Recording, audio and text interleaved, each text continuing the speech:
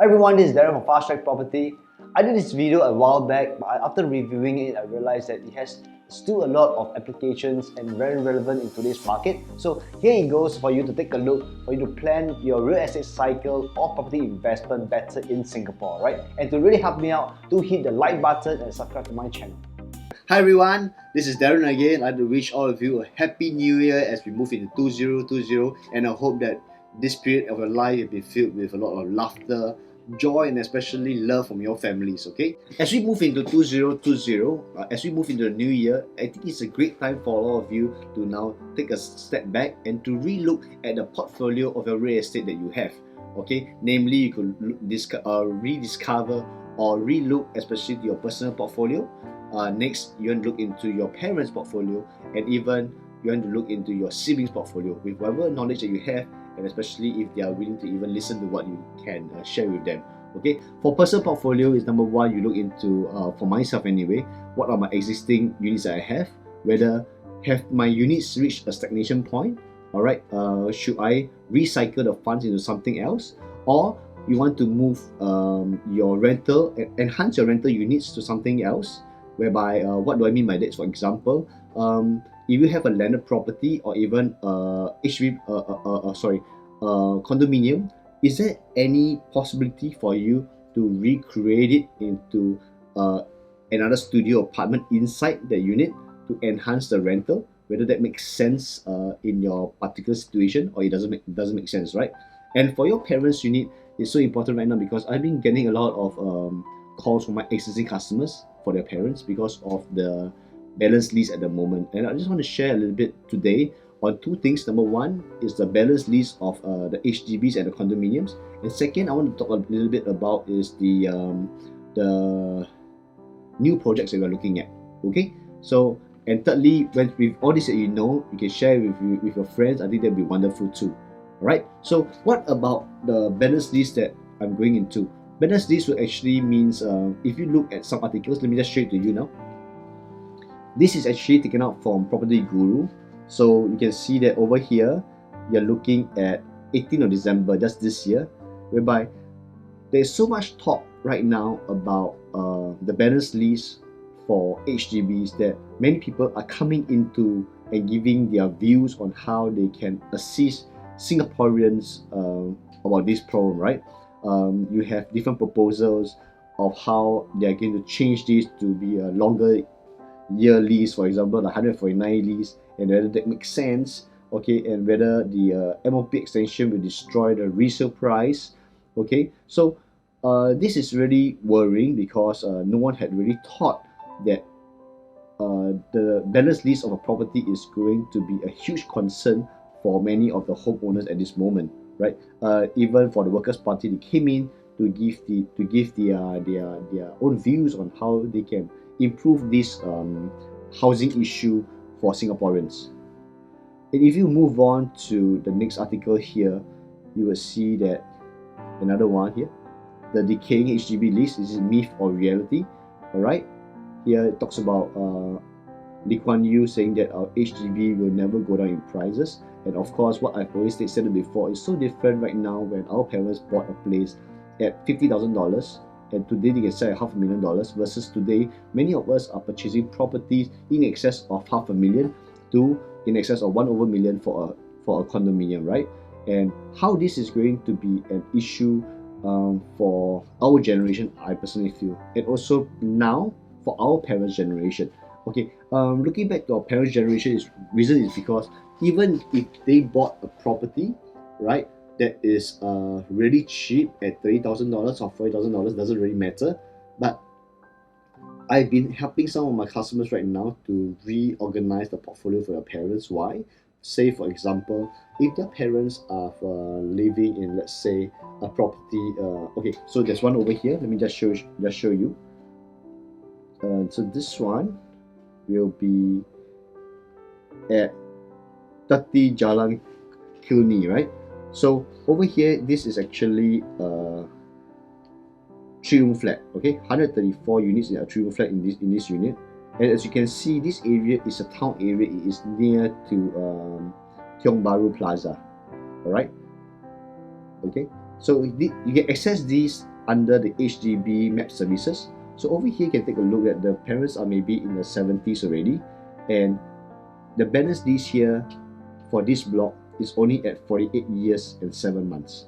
And the resale price for this unit, okay, is estimated about 300k plus minus. Now the whole question is that what happens if you're talking about legacy planning and they are looking to pass on this property to the next generation, all right? And how is the next generation going to offload this property? So some of the solutions that came to mind was that because this house has been fully paid at 300k, right? Could they actually move their asset at the moment to sell off this property at this time and move into a newer HDB, all right? Maybe somewhere in Punggol or Sengkang. Estimated price around there is about 320k plus minus, or to top up a little bit with using the children's assistance and get 380 to 400k in other parts of Singapore, a 3-room flat. Okay, why would it make sense? Because balance of lease here is at 48 years. Either parents is going to leave in 20 years or 10 years for that matter, and the lease balance at the time when they pass on this property to you will only be balanced with 38 years. How are you then going to sell this house? Because HDB is not going to take it back from you, right? Versus, if you do that change now, it's a bit uncomfortable for the old folks especially, I understand that, because why? They're so used to that area, right?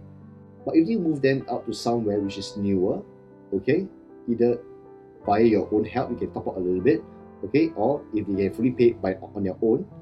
If a property that they have gotten will have at balance at the time 95 years or 90 years, if they can live for another 10 to 20 years, it's still fine, because when you take off this property at 70 years balance, right, you can easily offload it out and split that among your siblings. Okay, so this is some of the things that actually you can consider when you're thinking about your parents' portfolio. All right, next thing is actually more about also right now there are so many units in the market for new launches. As you realize that I do not go into a lot of new launches at this moment, as in to talk to you about them, because I always work on the foundation first, because new launches to me are just products. You can actually choose various different units that you like that makes more sense to you, which should make sense. So what I want to share you today is actually more about how you're able to safeguard yourself, because when you go into a show flat or you're going to any other purchases, either for resale or for new launch, what happens is every party has their respective roles to play, right? Okay, the agent that you may trust or you believe in has only one objective, and is for you to commit a unit so that they can make a sale.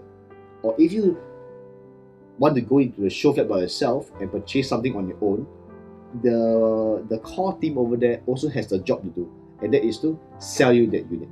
All right, but what I want to share you today is how can you safeguard yourself, what are the things you ask yourself, and what makes more sense, and you don't repeat the type of mistakes. Okay, this example will be actually, if you can remember, about somewhere last year there was a very good property at Tanjong Pagar, sorry, at this Tanah Merah area.